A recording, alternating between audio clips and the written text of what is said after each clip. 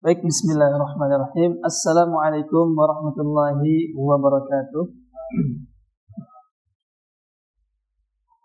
Alhamdulillahilladzi bini'matihi tatimmus shalihat, mujibud da'awat, rafi'ud darajat. Wassalatu wassalamu ala asyrafil anbiya'i wal mursalin, nabiyyina Muhammadin sallallahu alaihi wasallam wa ala alihi wa sahbihi wa sallama tasliman katsiran mazidan ila yaumiddin. Rabbi shrah li sadri wa yassir li amri wahlul 'uqdatam min lisani yafqahu qawli. Allahumma la sahla illa ma ja'altahu sahla wa anta taj'alul hazna idza syi'ta sahla. Rabbi zidni ilman warzuqni fahman, amin ya rabbal alamin. Jamaah kajian umrah solusi yang semoga dimuliakan Allah Subhanahu wa taala, kembali kita bertemu pada Jumat malam, kembali membahas kajian umrah dengan tema, masih melanjutkan tema yang kemarin, yang mungkin ini pembahasan terakhir dari pembahasan kita tentang doa. Salat serta salam terlebih dahulu kita berikan kepada junjungan Nabi kita Muhammad sallallahu alaihi wasallam, kepada para sahabatnya, para keluarganya, para pengikutnya yang istiqamah mengikutinya hingga akhir zaman. Baik, alhamdulillah, langsung saja karena waktunya agak singkat, jadi sedikit telat karena ada sesuatu hal. Melanjuti pembahasan kita pada kajian doa-doa umrah. Ini belum dibuka ya?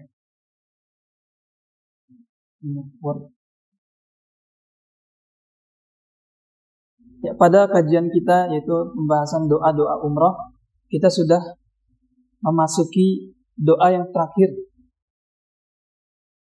Jadi yang tersisa hanyalah insyaallah zikir ketika berada di Bukit Safa dan Marwah, kemudian bacaan ketika melewati lampu hijau di Safa Marwah,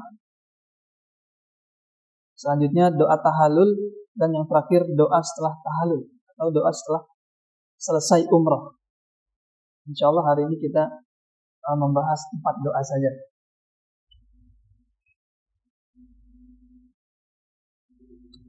Baik, namun seperti biasa sebelum kita masuk ke pembahasan utama kita, ke materi kita yaitu doa, sedikit prolog atau sedikit saya ingin menyampaikan, melengkapi kisah-kisah kita, melengkapi cerita kita tentang doa. Setelah pekan-pekan lalu kita sudah membahas bagaimana keajaiban-keajaiban doa, ya.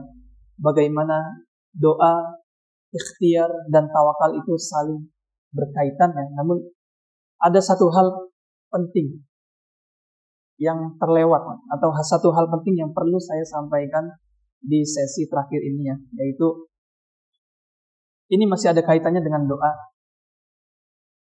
Bagaimana ketika kita ingin atau kita akan mewujudkan keinginan kita, cita-cita kita, maka harapannya dengan formula ini kita semakin dekat dengan cita-cita kita serta impian-impian kita.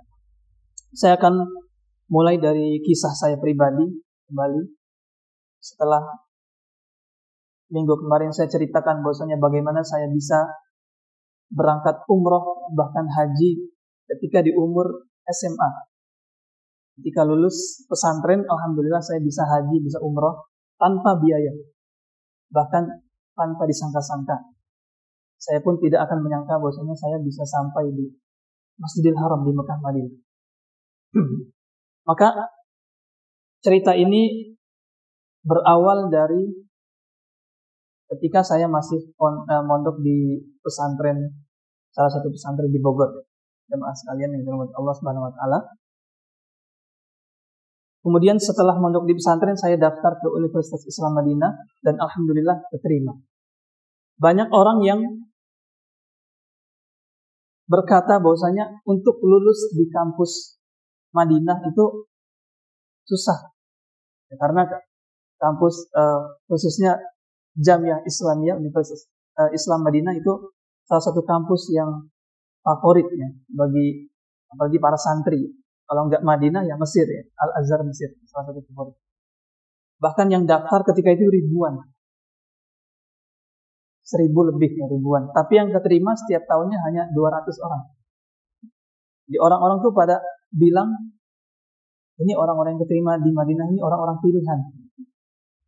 Orang-orang pilihan. Orang-orang pada bertanya kepada saya, baik itu ada santri, ada mungkin wali murid ya, atau jamaah. Ya. Ustaz, apa sih? Gimana caranya kok antum bisa umroh, bisa haji tanpa mengeluarkan uang gitu, bahkan bisa belajar di kota Nabi Muhammad di Al-Madinah Al-Munawwar. Ada nggak amalan khususnya? Apa? Apa yang antum lakuin? Amalan apa kok antum bisa mendapatkan karunia yang begitu besar dari Allah SWT? Setelah saya pikir-pikir, apa ya? Apa amalan yang saya lakukan? Saya berusaha mencerna ya, berusaha mencari, berusaha memformulasikan formula apa yang bisa kemudian Allah itu berikan kemuliaan kepada hamba-hambanya. Maka setelah saya cari apa itu dalam kehidupan saya, ternyata sebetulnya ibadah-ibadah saya merasa biasa aja. Gak ada yang spesial gitu, saya merasa malah kurang. Tahajud mungkin belum rutin ya, apalagi puasa sunnah juga belum rutin ya. Terus kira-kira apa yang bisa membawa saya ke Mekah, ke Madinah?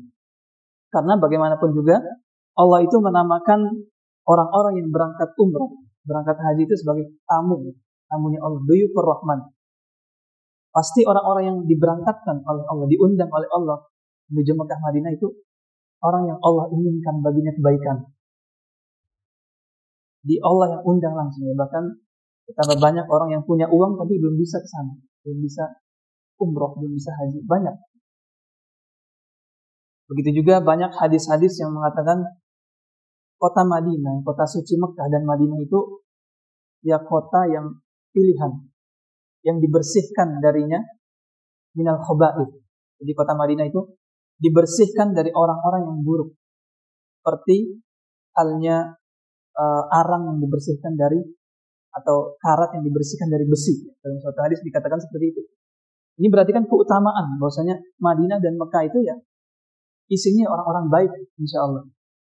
Walaupun ya tidak kita pungkiri ada orang-orang yang tidak baik ya di Madinah maupun di Mekah ya, tapi itu hikmah Allah Subhanahu wa taala. Itu akan dikeluarkan oleh. Bisa jadi ketika orang itu berangkat umrah, dia Allah inginkan baik. Tapi ketika di sana ya, orang itu tidak menggunakan karunia tersebut dengan bijak. Artinya dia mungkin melakukan keburukan-keburukan, bahkan kemaksiatan di Madinah maupun di Mekah. Ya, kembali kita ke kisah ya. Setelah saya cari apa kira-kira amalan saya, ternyata tidak ada satu amalan pun kecuali ketika itu sebuah pengorbanan, yang ada sebuah pengorbanan. Semenjak kelas 1 SMP sampai mungkin saya kuliah ya, saya itu diuji dengan penyakit. Ya mas kalian, saya diuji dengan penyakit kulit ketika itu, penyakit kulit dari mulai SMP, dan itu berat rasanya. Biasanya santri kalau diuji dengan penyakit kulit ya, bisul ya, kurap segala macam ya, itu sudah biasa. Tapi saya merasa itu berat sekali. Bahkan saya merasakan hampir seluruh tubuh saya pernah kena penyakit kulit. Itu dari sejak SMP sampai SMA sampai bahkan kuliah. Kuliah di Jakarta itu masih. Kadang saya berpikir, ya Allah, kenapa sih? Kenapa harus saya gitu? Kenapa ujian seberat ini bisa menimpa saya? Saya berpikir, kalau bukan saya yang merasakan ujian ini, mungkin orang lain tidak akan mampu. Karena Allah berfirman, la yukallifullahu nafsan illa wus'aha. Ujian itu berat bagi masing-masing orang yang menjalaninya. Tidak ada ujian yang enggak berat. Semua orang merasakan beratnya ujian. Jika itu, saya hanya bisa bersabar ya. Jadi tidak ada hari kecuali saya kena penyakit kulit waktu di pondok. Masya Allah. Setelah saya pikir-pikir, mungkin karena itulah, karena kesabaran saya, yang mungkin karena pengorbanan saya, Allah itu seakan-akan memberikan Nih, saya kasih kamu hadiah di akhir karena kamu udah sabar. Nih, saya kasih kamu hadiah umroh. Saya kasih kamu karunia yang begitu besar karena kesabaran kamu. Jadi, apa yang membuat saya bisa umroh ketika itu ya? Sebuah ikhtiar, ya, sebuah pengorbanan, sebuah kesabaran, itulah yang bisa membawa diri saya ketika itu berangkat haji maupun umrah.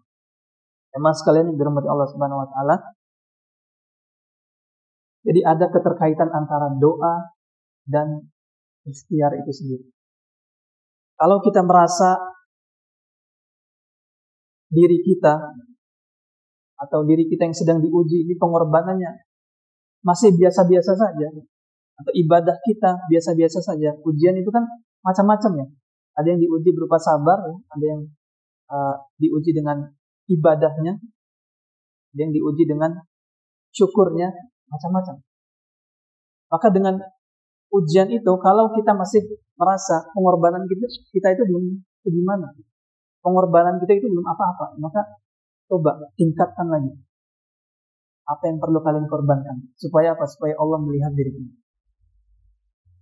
Konsepnya begini. Saya umpamakan hal ini sebagai timbangan. Kita fokus ke ada timbangan di depan kita. Timbangan itu kan ada dua ya, Bapak Ibu sekalian. Ada kanan, ada kiri. Ketika kita melaksanakan atau kita melakukan amalan-amalan soleh, amalan-amalan ketaatan, kebaikan, amalan-amalan yang berpahala, kita tambah pahala kita di timbangan kanan. Kita anggap pahala itu di timbangan kanan. Kita melakukan sholat, tahajud, puasa, lama-lama timbangan ini akan berat, ya, betul ya? Atau misal kita diuji dengan sesuatu, kita sabar, masuklah pahala itu ke timbangan ini. Semakin berat timbangan ini. Ketika timbangan ini, timbangan amal soleh kita semua semakin berat, sedangkan timbangan keburukannya semakin ringan, maka siap-siap. Disinilah Allah akan memberikan ganti yang lebih besar sesuai dengan timbangan yang kita miliki. Bisa dipahami ya?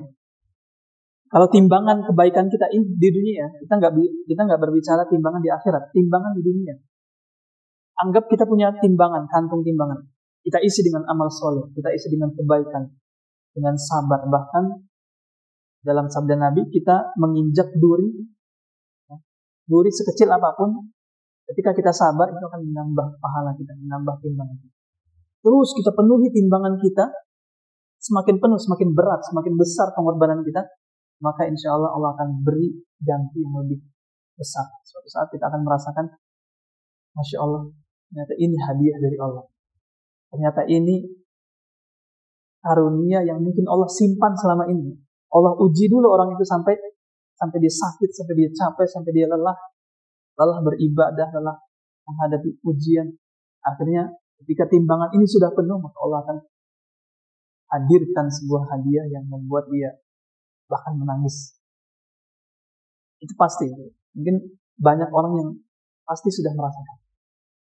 Nah, tapi sebaliknya, kalau timbangan ini kita sudah isi dengan amal soleh misalnya, kemudian kita isi juga dengan amal toleh atau keburukan atau maksiat, maka timbangan ini akan berimbang, kan? Semakin banyak maksiat kita, semakin timbangan keburukan ini memberat, akhirnya turun. Kalau akhirnya ketika amal soleh kita sama maksiat kita itu sama di timbangan yang kita analogikan ini, oke, bagaimana Allah akan memberikan karunia kepada kita?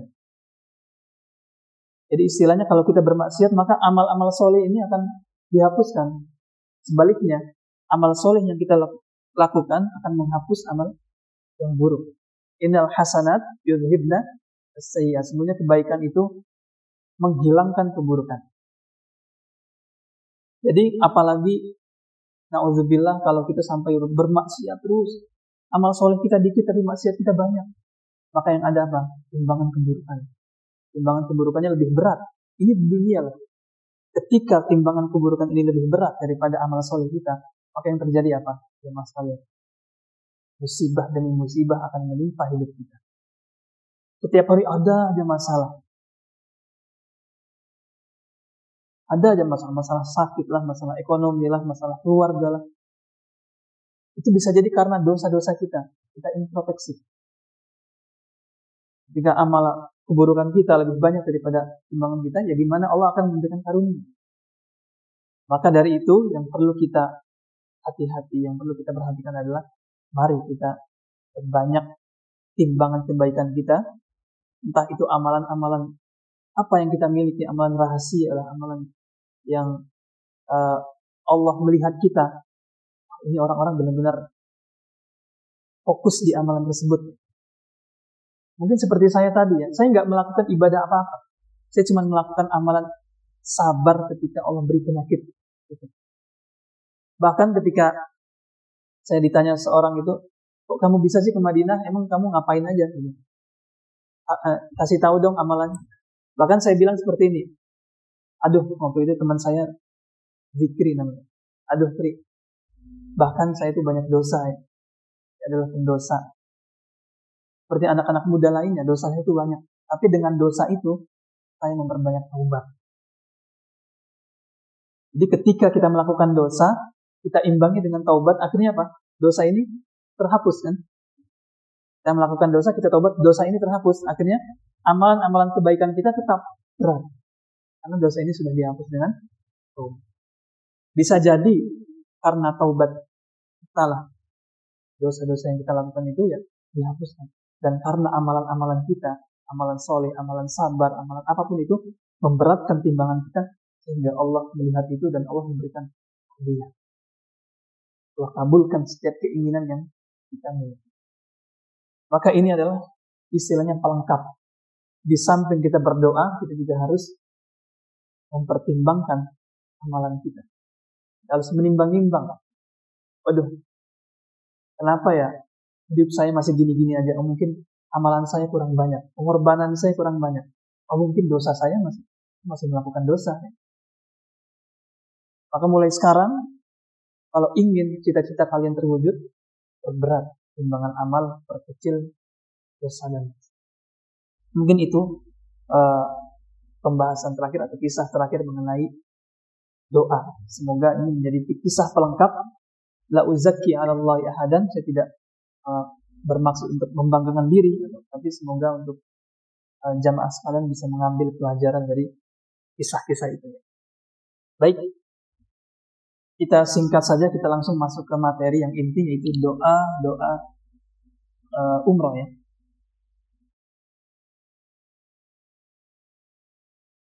Baik, yang pertama adalah zikir ketika berada di bukit Safa dan Marwah menghadap kiblat. Jadi kemarin kita sudah urutkan ya, bagaimana setelah tawaf kita sholat di makam Ibrahim, kemudian minum zam-zam, nah, kemudian kita pergi ke Safa Marwah. Yang nanti ada tulisan Safa, nah kita menuju ke bukit Safa. Kita akan menemukan ada gundukan kayak bukit tapi kecil. Bukitnya enggak yang tinggi gitu, tapi hanya gundukan kecil saja. Setelah kita sampai di bukit Safa, kita menghadap kiblat. Hadapkan diri kita ke arah Ka'bah. Nanti itu kelihatan. Kalau kita berdiri di bukit itu, kita itu Ka'bah tuh kelihatan. Kita menghadap Ka'bah, kemudian kita berdoa dengan doa ini. Kita baca ya, ulangin setelah saya. Allahu Akbar. Allahu Akbar. Allahu Akbar. La ilaha illallah wahdahu la syarika lah. Lahul mulku wa lahul hamdu wa huwa ala kulli syai'in qadir. La ilaha illallah wahdahu anjaza wa'dah wa nasara 'abdah wa hazamal ahzab wahdah. Ya. Insyaallah doa ini gampang dihafalkan ya. Jadi yang pertama kita takbir 3 kali, Allahu Akbar, Allahu Akbar, Allahu Akbar. Kemudian baca ini ya, la ilaha illallah wahdahu la syarikalah, lahul mulku wa lahul hamdu wa huwa ala kulli syai'in qadir. Insyaallah semuanya sudah hafal. kemudian ditambah dengan la ilaha illallah wahdah anjaza wa'dah wa nasara 'abdah wa hazamal ahzaba wahdah. Nanti ini dibaca 3 kali. Jadi setelah kita baca 1 kali ini, kemudian diselingi dengan doa. Kita berdoa sesuai apapun mau kita. Terserah doa apa aja. Kemudian setelah kita berdoa, bebas. Waktunya berapa menit bebas. Mau lama, mau sebentar, ini sunnah. Setelah berdoa, baca lagi. Allahu Akbar, la ilaha illallah wahdahu la syarikalah, lahul mulku wa lahul hamdu wa huwa ala kulli syai'in qadir, sampai akhir. Kemudian doa lagi. Doa lagi, setelah doa lagi, baca lagi. Allah sampai 3 kali, terus doa. Baru setelah itu melanjutkan sa'i ke Bukit Marwah. Kita baca artinya ya. Allahu Akbar, Allah Maha Besar, Allah Maha Besar, Allah Maha Besar. La ilaha illallah wahdahu la syarikalah. Tidak ada Tuhan selain Allah yang Maha Esa. Lahul mulku wa lahul hamdu wa huwa ala kulli syai'in qadir. Tidak ada sekutu baginya kerajaan dan pujian. Dia berkuasa atas segala sesuatu. Tidak ada Tuhan selain Allah. La ilaha illallah wahdah anjaza wa'dah. Dialah yang menepati janjinya. Wa nasara 'abdah, menolong hambanya. Wa hazamal ahzaba wahdah, dan mengalahkan golongan-golongan musuh sendiri. Ini dibaca kita 3 kali diiringi dengan doa. Setelah itu barulah kita lanjut menuju Bukit Marwah. Jadi sebetulnya doa-doa ini ya sunnah. Kalaupun kita sa'i, kemudian kita nggak tahu doa-doanya, kita sa'i ada jalan 7 kali, itu tetap sah. Tapi ya sekali lagi kita ingin mengejar kesempurnaan ya, kita ingin mengejar pahala yang sempurna insya Allah. Kemudian ketika berjalan menuju Marwah, kita akan menemui lampu hijau. Nah ini ada doa bacaan ketika melewati lampu hijau. Baik, kita baca bersama-sama. Ulangin setelah saya. Rabbighfir warham innaka antal a'azzu wa akram. Rabbighfir warham innaka antal a'azzu wa akram. Rabbighfir warham innaka anta a'azzul akram. Baik. Artinya Rabbighfir warham, wahai Rabbku, ampunilah aku, sayangilah aku. Innaka antal a'azzul akram. Sesungguhnya engkau maha mulia lagi maha pemurah. Jadi ketika di lampu hijau itu, nanti ada di atasnya kayak lampu hijau itu, kita dianjurkan bagi yang laki-laki itu lari-lari kecil. Lari-lari kecil ya. Jangan, gak usah cepat-cepat. Lari-lari kecil. Sebagaimana dulu Siti Hajar berlari-lari. Jadi di tempat itu memang mungkin sejarahnya dulu Siti Hajar lari-lari di situ. Lari-lari untuk mencari air. Ketika Nabi Ismail alaihissalam masih bayi, kemudian kehausan. Khusus untuk laki-laki. Adapun perempuan tetap jalan seperti biasa. Mungkin ada yang bertanya, kenapa Ustaz? Kan Siti Hajar kan perempuan. Dia saja berlari-lari ya. Kenapa perempuan tidak diperintahkan berlari-lari juga? Nah, karena Siti Hajar ketika itu berlari tidak ada siapa-siapa. Di gurun sendirian ya, tidak ada siapa-siapa. Maka dia berlari. Sedangkan sekarang sa'i itu sudah bukan di gurun. Sa'i sekarang tempat di ruangan yang ber-AC dan banyak orang. Maka ketika perempuan berlari ya, dikhawatirkan tersingkap aurat. Nah, di sini disunnahkan hanya untuk laki-laki berlari-lari kecil, untuk perempuan tidak berjalan seperti biasa saja. Sampai selesai lampunya habis ya. Nah, kita kembali berjalan seperti biasa, baik laki-laki maupun perempuan. Apa yang dilakukan ketika sa'i ya, bebas ya. Ketika sa'i kita bisa zikir, bisa baca Quran, bisa baca tahmid, tahlil, ataupun berdoa. Bebas. Karena nanti kita memang di sa'i ini banyak berdoanya. Nanti sampai marwah lagi, nah kita ulangin lagi. Kita menghadap kiblat.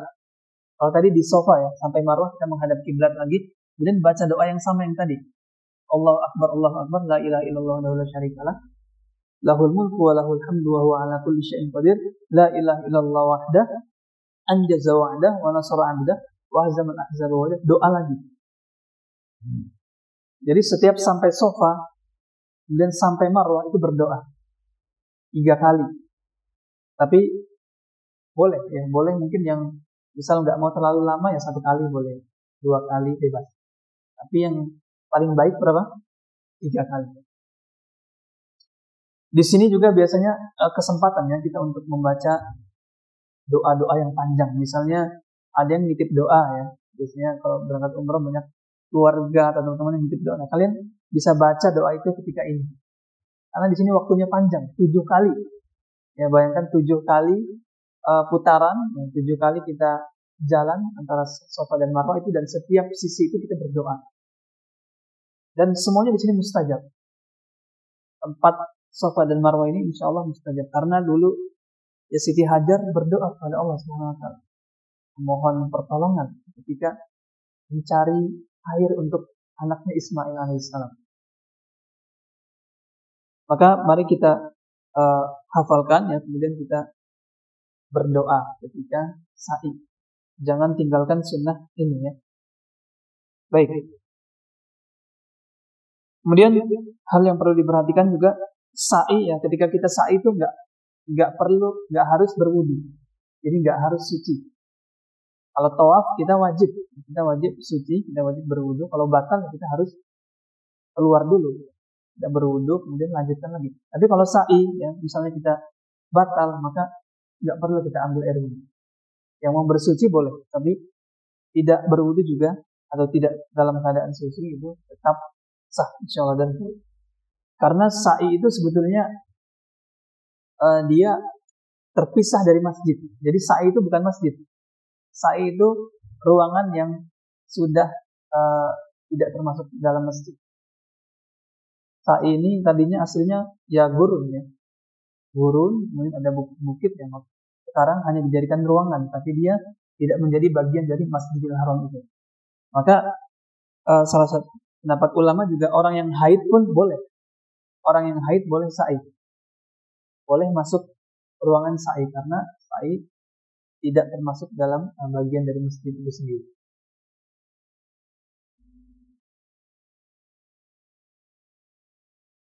Baik. Lanjut doa.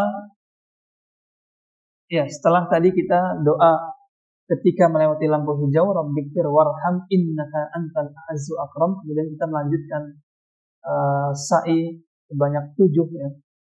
7 putaran. Kalaupun ada yang tidak mampu berjalan, boleh ya, kita boleh pakai sendal. Misalnya ketika sa'i boleh pakai sendal, atau misalnya yang sakit bahkan boleh pakai gerobak. Disediakan, misalnya ada kayak skuter gitu, itu boleh. Boleh pakai skuter. Kemudian setelah selesai sa'i, kita akan selesai di pintu Marwah. Di Marwah, kemudian di Bukit Marwah, nanti ada ke kanan, ada pintu, nah kita keluar ke pintu tersebut. Maka disinilah biasanya orang-orang melakukan tahallul. Namun beda-beda, nanti ada yang tahallulnya di tempat cukur rambut, ada yang di hotel, ada yang bebas. Jadi untuk perempuan ya saya sarankan di hotel. Jangan sampai tahallul di tempat umum ya, kemudian auratnya nanti kelihatan oleh orang lain. Maka perempuan di hotel. Adapun laki-laki bebas. Mau tahallul di luar atau di hotel atau di tempat pangkas rambut juga boleh. Nah, kemudian ini ada doa tahallul. Doa tahallul kita baca bersama-sama lagi. Allahumma ja'al likulli sya'rin nuran yawmal qiyamah. Allahumma ja'al likulli sya'rin nuran yawmal qiyamah. Oke, sambil dihafalkan. Allahumma ja'al likulli sya'rin nuran yawmal qiyamah. Artinya, Allahumma ja'al, ya Allah, jadikanlah likulli sya'rin, di setiap helai rambut, nuran, cahaya, yaumal qiyamah, pada hari kiamat nanti. Ya Allah, jadikanlah cahaya untuk setiap helai rambut yang dipotong ini pada hari kiamat nanti.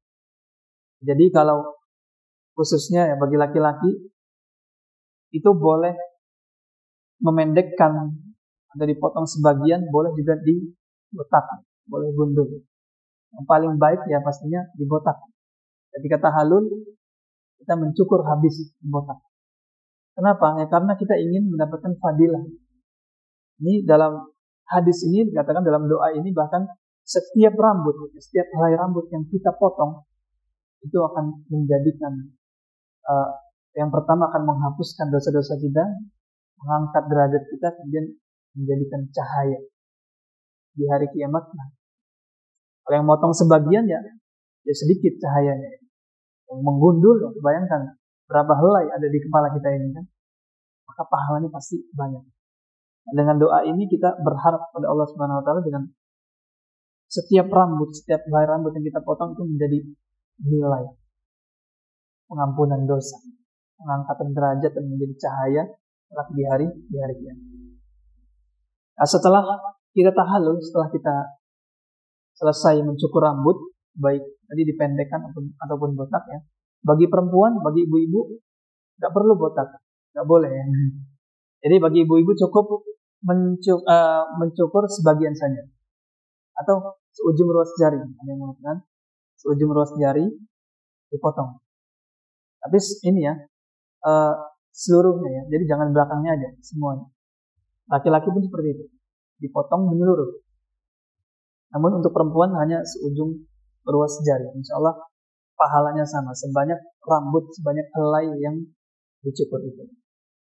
Nah, kalau sudah tahallul maka seluruh larangan ihram itu sudah halal. Tahallul itu kan maknanya halal ya, dari kata halal, tahallul. Ketika kita ihram maknanya haram. Ihram itu mengharamkan. Ketika ihram kita diharamkan untuk melakukan hal-hal larangan umrah. Ketika tahallul maka kita dihalalkan sudah melakukan larangan-larangan ihram. Kemudian setelah tahallul ya, ada doa lagi ya, doa setelah tahallul. Nah, ini mungkin doa setelah umroh ya. Setelah selesai semua rangkaian umroh, maka kita berdoa dengan doa ini. Jadi kita ulangi bersama-sama. Alhamdulillahilladzi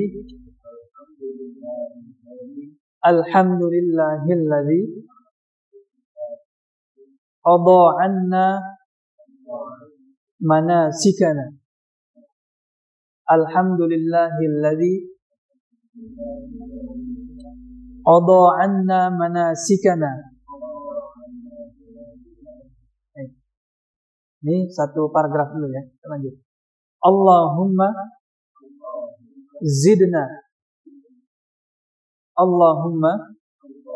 zidna imanan wa yaqinan wa 'aunan waghfir lana wa liwalidayna wa lisairil muslimina wal muslimat.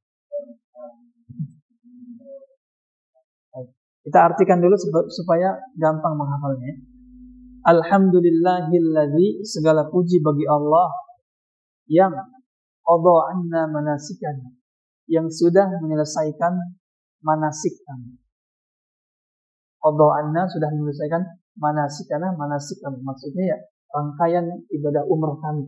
Alhamdulillah, dengan pertolongan Allah sudah selesai dengan lancar. Kemudian Allahumma, nah di sini kita berdoa, ya Allah, zidna, tambahkanlah kepada kami. Nah, di sini domirnya kami, zidna, tambahkan apa saja? Imanan, keimanan, wa yaqinan, keyakinan, wa aunan, pertolongan. 4 ini 3 ini ya, imanan, iman, keyakinan dan pertolongan. Kemudian tidak lupa waghfir lana, serta ampunilah kami, wali walidaina, dan kedua orang tua kami, walisairil muslimin, dan seluruh kaum muslimin, wal muslimat, dan muslimat. Jadi doa ini ya isinya adalah kita memuji Allah, bersyukur kepada Allah telah menyelesaikan rangkaian ibadah umrah. Kemudian berdoa agar ditambah keimanan setelah umrah, ya, keyakinan dan pertolongan, serta tidak lupa kita memohon ampun untuk diri kami, untuk orang tua, serta kaum muslimin secara umum. Kita ulangi sekali lagi ya. Alhamdulillahilladzi qada 'anna manasikana. Allahumma zidna imanan wa yaqinan wa 'aunan. Waghfir lana wa liwalidayna wa lisairil muslimina wal muslimat. Oke, sekarang tutup. Tutup matanya atau tutup bukunya, kita baca dengan hafalan.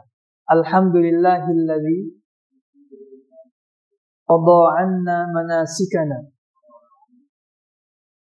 Allahumma zidna imanan wa yaqinan wa 'aunan. Waghfir lana wa liwalidayna wa lisairil muslimina wal muslimat. Alhamdulillah. Dengan doa ini maka selesailah atau berakhirlah rangkaian ibadah umrah. Ataupun misal ada doa lain yang dari Al-Quran, Allahumma taqabbal, taqabbalallahu minna, Allahumma taqabbal minna.